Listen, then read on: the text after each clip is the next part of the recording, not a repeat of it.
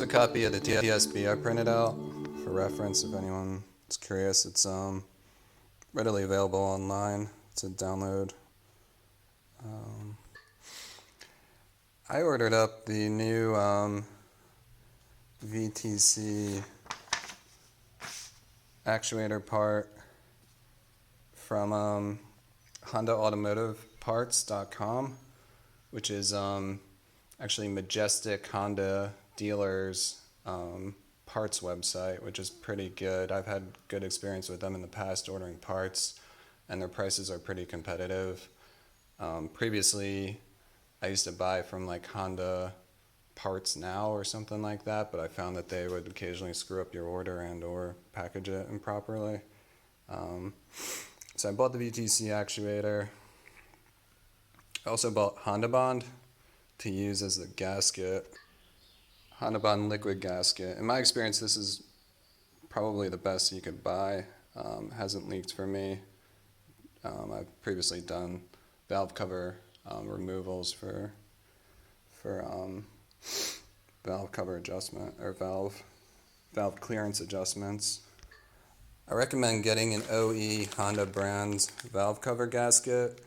In my experience, the aftermarket, CEL Pro or what have you have leaked on me, so it's pretty cheap, so I wouldn't cheap out on it. Get the OE gasket.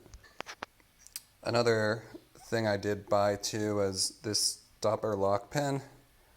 They have that from that same Honda Automotive Parts website. It's under their tools. If you just search for the part tool number, it's only like $2, so I figured, why not just buy the proper pin to get this job done. One other part I picked up was this VTC solenoid. I know there's a lot of people who say maybe just changing this out will fix the whole rattle, but it seems like that doesn't work. But I figured, since this part seems so complementary to the VTC actuator itself, I figured, if I'm putting in a new VTC actuator, why don't I change out this thing that controls the oil that goes to it? Because, who knows, maybe this thing starting to wear out is what contributes to the VTC actuator wearing out as well. So I picked up a new one of these. It's probably not a bad idea, but maybe not 100% necessary. This is the official service manual from Helm. They run about $140. I wouldn't say you definitely need it for this job, but if you're working on a Honda, you own this vehicle, it's maybe not a bad thing to invest in. One thing the manual is good for is it has an additional description of how to find top dead center. That doesn't so much involve looking at the crankshaft's position, but it more focuses on both your camshaft gear positions. As noted here, you're making sure these two lines are parallel, in addition to your A and your B locations being where you see them here in this picture. I actually have a put on an aluminum aftermarket crankshaft pulley, like about 150,000 miles ago. Although I know there's controversy online about these things like potentially wrecking your bearings and things like that, but my experience I haven't had any issues. But that's kind of a whole side conversation. These things are aluminum, so they're very delicate. I suspect that people who get problems with these things, it's because maybe somebody pounded the crap out of it trying to put it on. It's not an easy installation. So, any rate, I do not have the best markings on this in comparison to the OE crankshaft pulley. So, I heavily relied on the position of the camshaft gears to determine whether or not I was at TDC.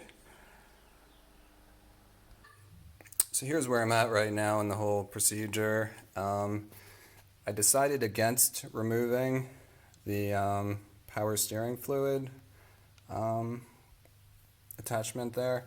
and it came in handy leaving that there, as I just used a gear tie that I even put in place before I even lifted up the cam to kind of jimmy it out. I already had this thing in place just to ensure that I wouldn't lose the chain all the way down into the case.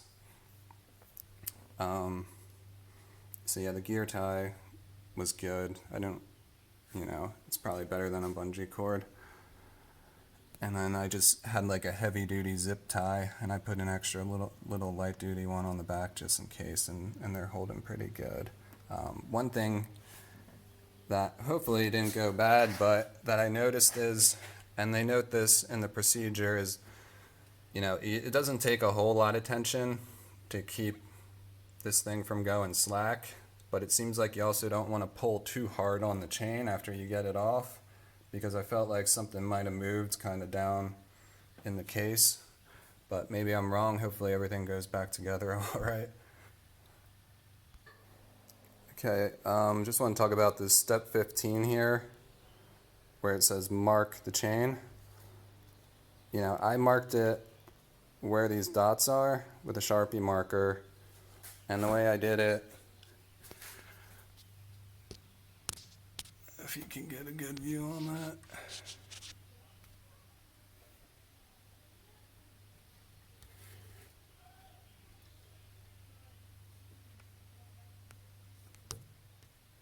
So I don't know, you can kind of see there, I marked like the gap in between two links in the chain, or really it's just, I indicated right exactly where that marker will be, that little indentation on the VTC actuator. When I put it back on, it needs to be exactly in between those two chain links. So it's a more precise marking than just getting a fat tip marker and doing it that way. I don't know if you can get a view on the exhaust gear, maybe, where I did the same thing.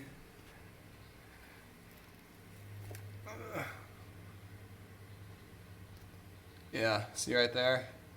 So I marked, it's not the best angle, so I can't get my phone in there, but you can see how I marked it, to show exactly where that thing, that little dimple in the gear needs to sit in relation to the chain.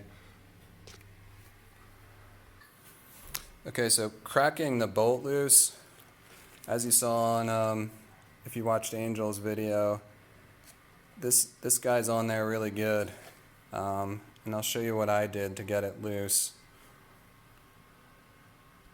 I had it laid down in my driveway on top of some mats, and then put it across, perpendicular to these two 2x4s to kind of give it support, so that the back end in the VTC actuator weren't actually touching the pavement.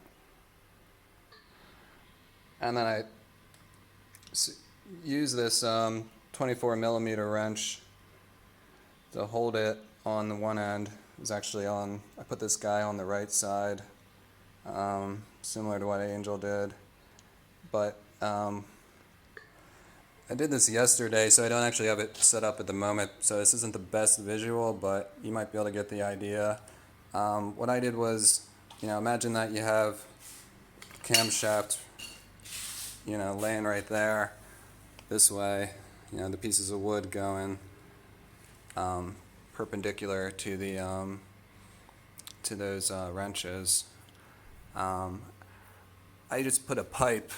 This is just like a spare pipe that I occasionally throw on the end of a breaker bar to give it a little more length, but in this case what I did was I just ran it through the end of that wrench, and then I drove.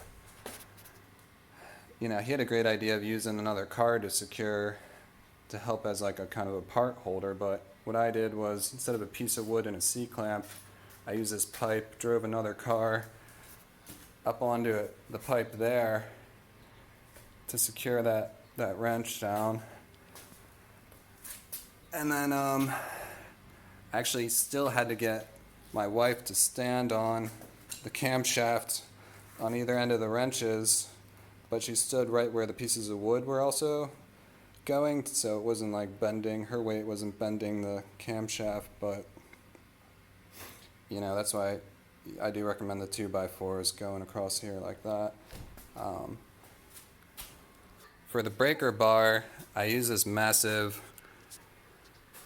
3-foot long,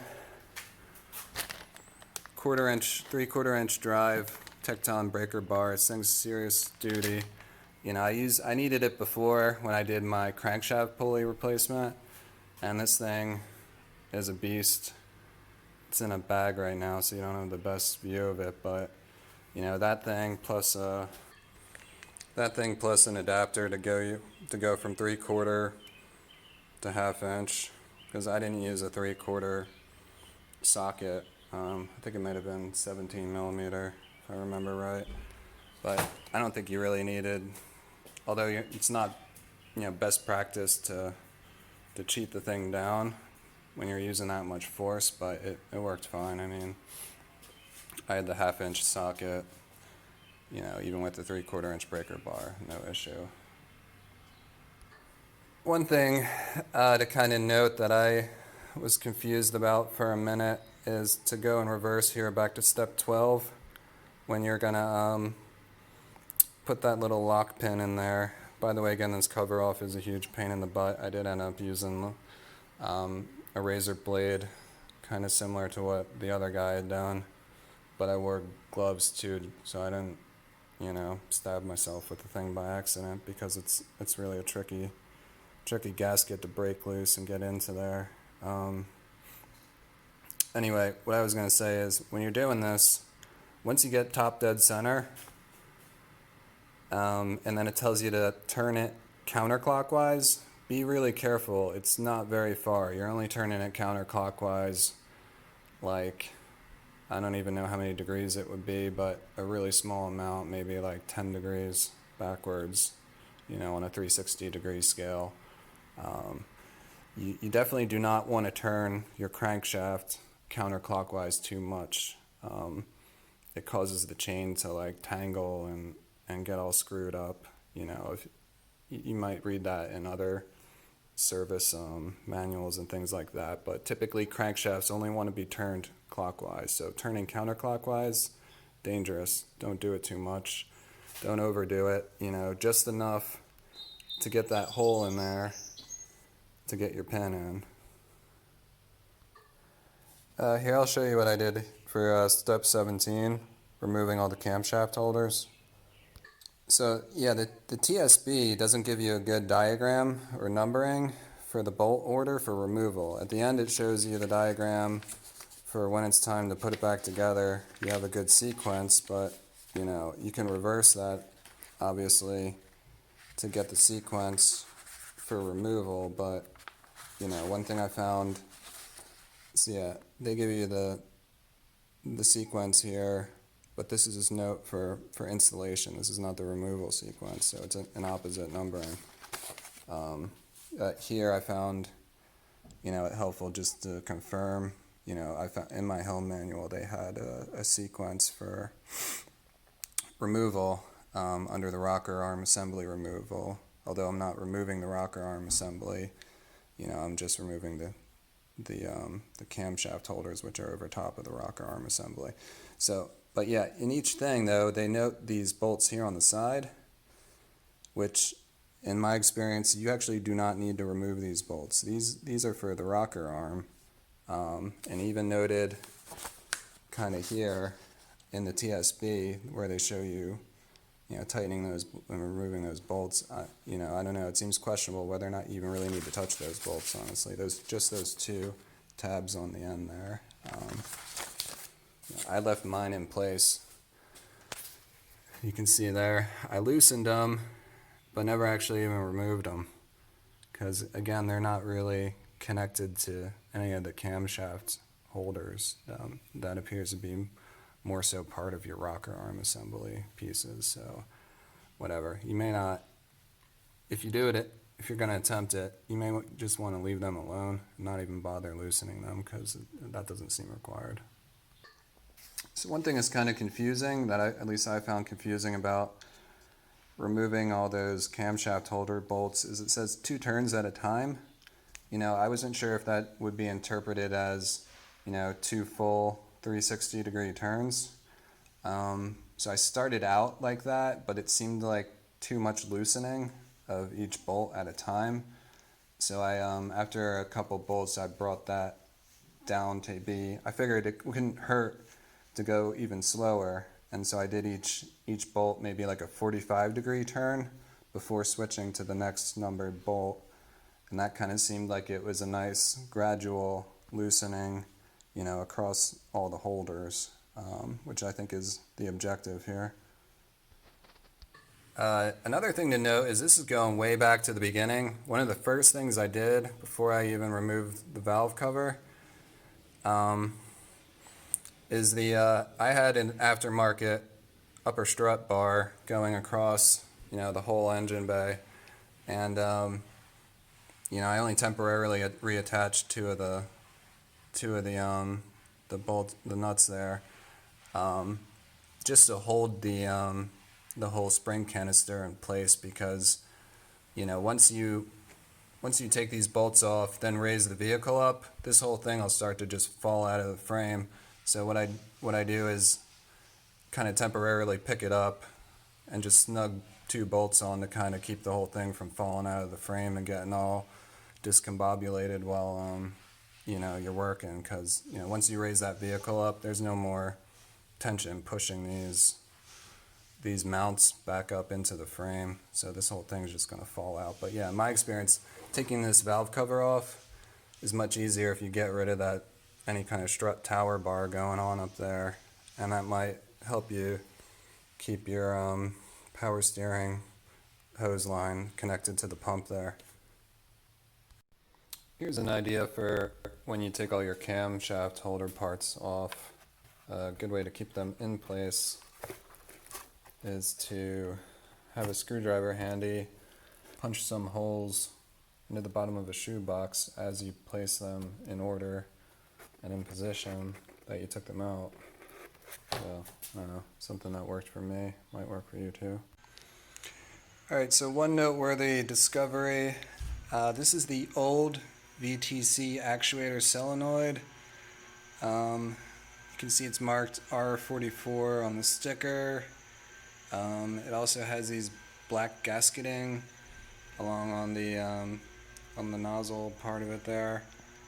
And what I discovered is this is the new part number, and I checked a few different websites because it made me do a double take. As you can see, that says R44. This says R5A.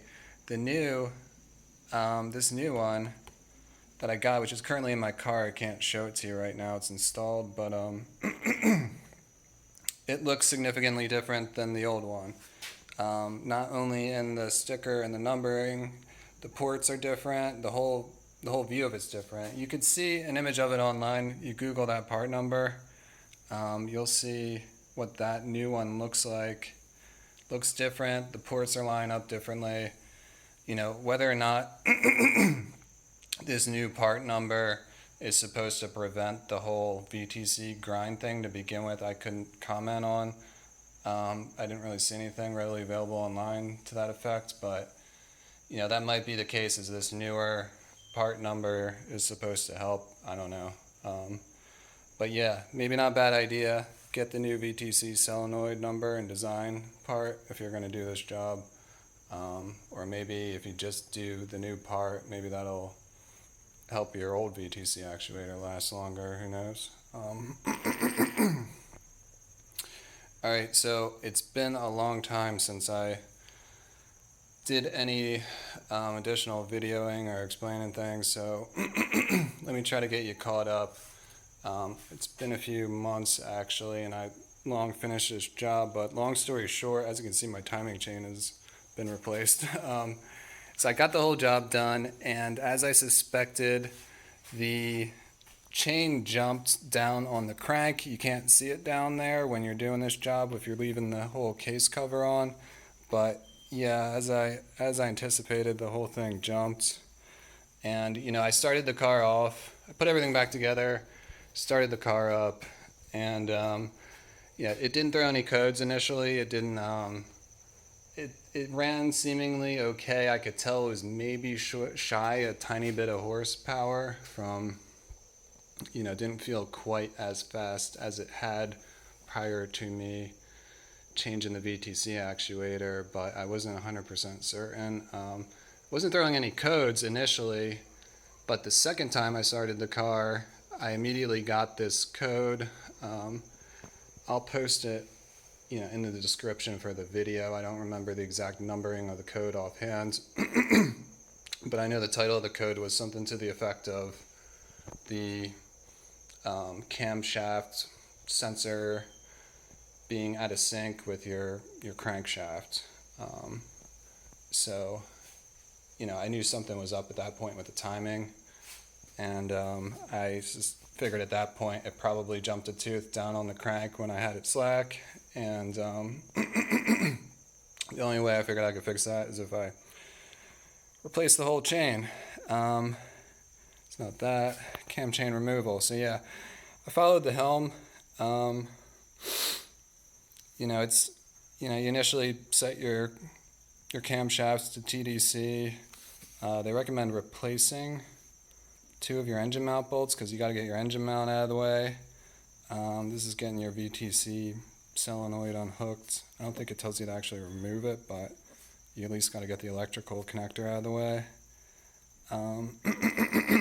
Yeah, you might have to remove it actually. I don't remember offhand. This was actually 2 months ago when I did the job, but I still remember a decent amount of it. Getting the engine mounts off wasn't too bad, and you can see I got the 2 shiny new bolts on there, and that other third one I didn't need to replace, at least per that Helm manual. It didn't say replace it. Quite honestly, even with 200,000 miles on my car, these 2 bolts were not in that bad shape. So if you wanted to reuse them and save a little bit of money, I don't think it's completely vital that you change those 2 engine mount bolts out. Anyway, all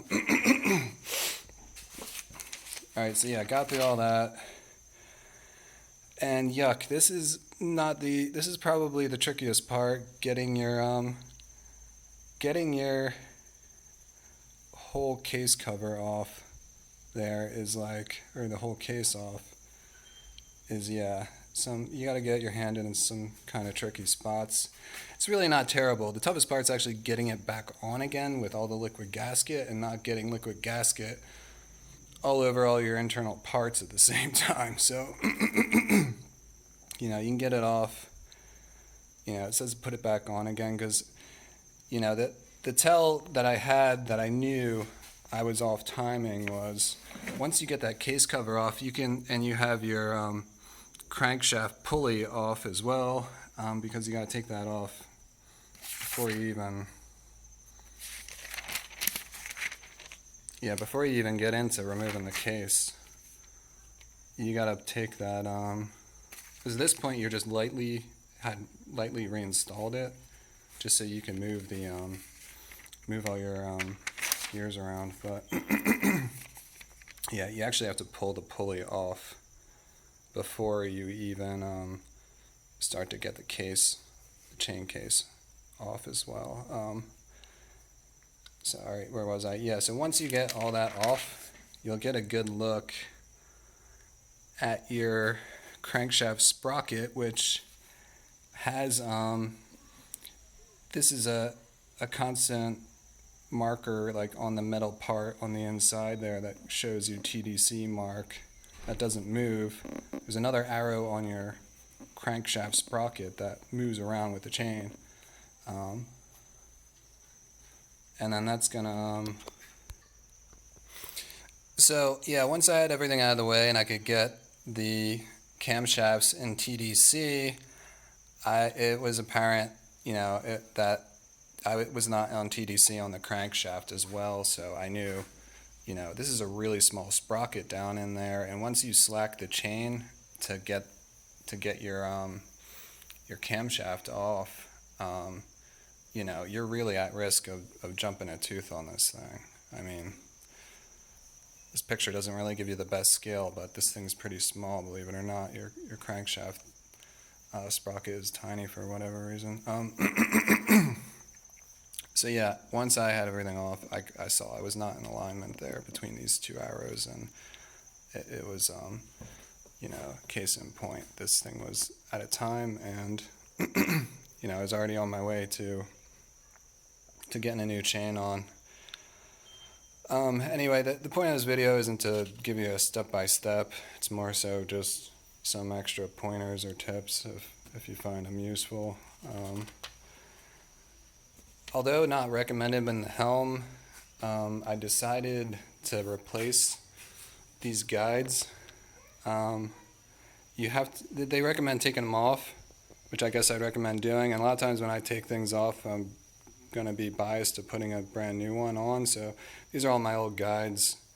They really weren't 200,000 miles. They're really not in terrible shape. All right, so to back up for a second, you know, okay. Step one, take your crankshaft pulley off. Step two, start, you know, do like I said before, get your engine mount off. Take your chain case off, a gazillion bolts. Take this. The one thing I did here to try to keep all these in order is use a piece of cardboard to punch them through to keep them all in position. Alright, so yeah, once you get that guy off, you're going to be putting your crankshaft pulley back on loosely and then turning counterclockwise to compress the autotensioner. You pin the autotensioner to keep your chain slack, and then you remove the thing. I recommend a new autotensioner. So once you pop that bad boy out of there, there's going to be no pressure pushing this piston back in. It's going to shoot out like you see here, and you're going to have a tough time getting it back to on the rack to, like, you have to have it all the way in, they say, at least in the manual, to safely reinstall the same one. Now, conveniently, if you buy a new one, it will come all the way ready to go. This piston will be all the way compressed within there, and there'll even be a little green thumbtack pin, the Honda part that goes on there to hold everything in place.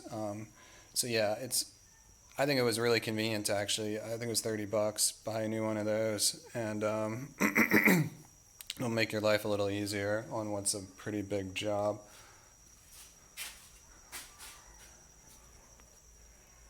Alright, so yeah, pop that thing off, take your guides off.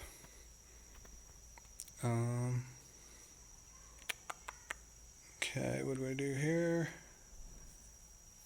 Yeah, set your crank to TDC, which I don't even think I was able to do because I was out of time anyway. This is maybe, oh yeah, remove the chain. So at that point you have the chain off, and then you can put everything in TDC. Then set your crank to TDC.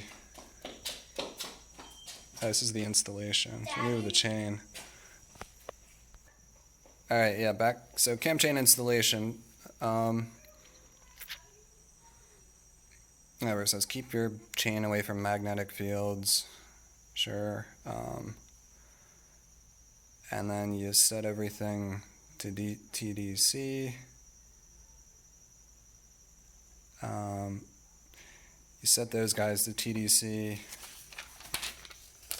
Okay, now to get your camshafts in TDC, what you can see there is there's a pin you can buy, a tool, that goes in the back of the CMP pulse plate, which is the other side of the camshafts, not the side with the VTC actuator. It's a pretty cheap tool, and I would call it vital.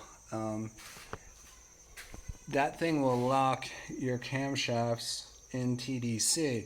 If you don't, you know, you're going to be wrestling with at least one of these, if I remember right, that the cam lobes are going to keep wanting you to put it back out of TDC. Once you have it perfectly in TDC, there'll be that little hole there. You slide those pins in, and it will lock in TDC. Otherwise, it's going to come out. I think I had one hand on the back, on one end with a wrench on the camshaft to try to line up TDC, while using my other hand to get the pin in. It's a little tricky to get the pin in, but not terrible. But yeah, once you get it in there, you'll know you're at TDC, because you need to have the timing perfect when you put this chain back on, in that the new chain is going to be exactly lined up on the gold marks. We're really out of focus. These are the gold marks that the new chain comes with. You can see them there. You know, you're going to get the dimples on your camshafts right in between those gold marks. The gold mark on the bottom is going to line up with the arrow on the crankshaft sprocket, and then you're good to go. Your new chain is in time. So yeah, really important that everything lines up perfectly with the new chain. You know, here's some stuff about getting the autotensioner back on. Put your guides back on. Yeah, set the position to the cam to the first edge of the rack, like I was saying. That cam, I mean, they call it a cam, but it's just that little piston thing on the tensioner, and it needs to be like all the way compressed. But yeah, just buy a new one and it comes all the way compressed, and you don't have to put your old one down. Yeah, I got all that on. You know, apply liquid gasket to the case cover. You gotta clean it pretty good. You know, spend some time getting all the old gasket off, all the grease and crap. I did decide to change out my crankshafts, the gasket on the crankshaft seal, which is actually really hard to get positioned perfectly. It's the gasket that sits in the case there, which is going to go over the nozzle of the crankshafts. But yeah, in your case, there's that gasket that's got to be like perfectly aligned in there. It's going to go, your crankshaft pulley is going to go through that gasket, and that gasket's going to be the thing keeping oil leaking out from onto your crankshaft pulley,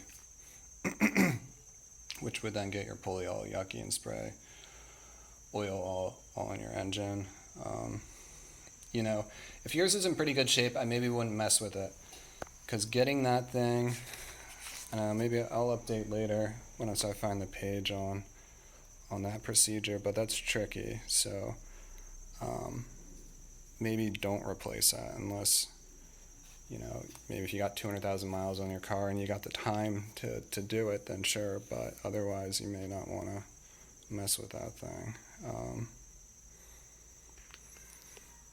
You know, and here they just talk about when you're sliding this thing on, it's tough to get it, you know, into that tight spot with the new liquid gasket and not get your liquid gasket all over your new chain and etc. You know, they're saying to hit the bottom of it first and then push it forward.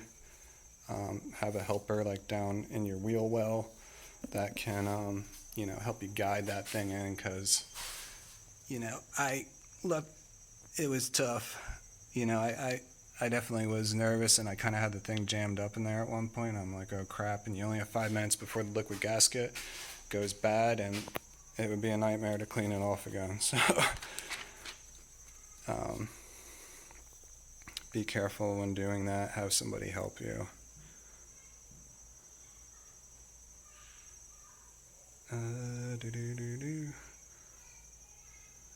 Yeah, I mean, that was pretty much it.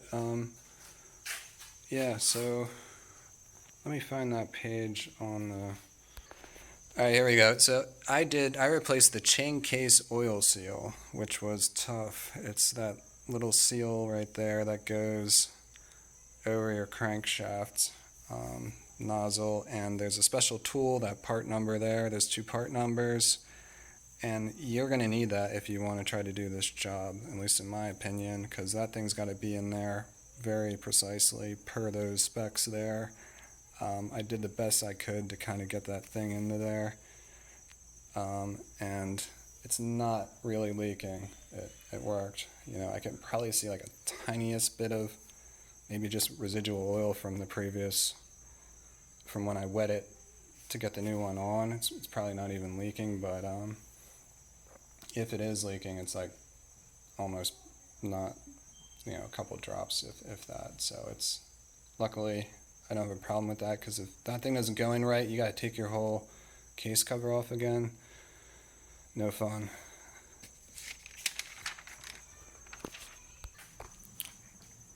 So yeah, here we go. Put Humpty Dumpty all back together again. And yeah, everything is running great now. No more check engine light for that being out of time. It's running really good. Might I say better than it was before? Well, better in some aspects. I mean, I got a manual transmission, and I think like the chain had starting to, I'm sure, loosen over time, and I think now that I have the new chain on there, it actually shifts a little more smoothly because I'm not getting as much bounce, I think, as the thing engages. So yeah, I guess it's good to come out of it, even though I screwed up the VTC replacement a little bit initially, although it seems like a pretty tough job to do that without taking your chain case of it and your whole timing chain off anyway. But yeah, new timing chain, not a bad thing. Yeah, I mean, one thing to note, now I actually just thought about that, is over here, the very end of this. Oh yeah, here we go. So at the very end, you hook your VTC solenoid back up, and you put your cylinder cover back on. Yeah, put a new dry belt on. Obviously, you're gonna take your serpentine belt off. Don't put, unless you got a brand new serpentine belt, put a new one on. It says do this. I did not do that. I don't know how vital it is. Everything seems to be running fine. No check engine lights. It used to be the case in older cars, you could change out a timing belt or whatever, and you didn't have to do crazy computer stuff. But I guess it's not the case anymore. I figure if I'm going to do anything, I'm not going to take my car to Honda and have that done. What I'm going to do is go back to the guys at Xenocron Tuning Solutions outside New York City. They ran a aftermarket Ktuner software in here and rewrote my whole PCM. And this was prior to me doing any work. They tuned this thing on the dyno really well. It came off, and it was so much faster, especially with that guy on there, that ram air intake thing. Your car will run like crap if you just put one of those things on like I did and don't get it tuned in properly. I think your map sensors go all haywire, and I bought into the marketing gimmicks of, yeah, just slap this thing on your car and you got added horsepower. No, I don't think so. Your car is going to just actually run worse and chase itself around in circles trying to get your airflow back proper. So yeah, either get it, if you got one of them on, I recommend Dyno Tune to get with a Ktuner aftermarket. Buy that aftermarket software. I just had a flash. I didn't buy the actual handheld unit. The guys there could do a cheaper, like, one and done flash type thing. Or yeah, don't mess with it at all is another. Just leave your stock stuff on there. It will actually run faster. So, but yeah, this thing runs great now that I had it tuned. Maybe that thing, now that it's tuned in proper, does add some horsepower. It certainly adds some extra noise because your stock setup has all the resonator and all the other crap going all through your bumper area to keep it quiet. This thing's a little louder, but not terribly loud. Anyway, if I were to have my crankshaft pattern relearned, I would take it back to the tuners and have them dial the thing back in. But I'm not sure I want to spend $400 on a retune when I don't currently have a check engine light and it runs pretty much as good as it did before. So, and in some aspects, the shifting is even better. So, Anyway, I hope this video helps. If you got any questions, maybe I'll try and keep up on the comments.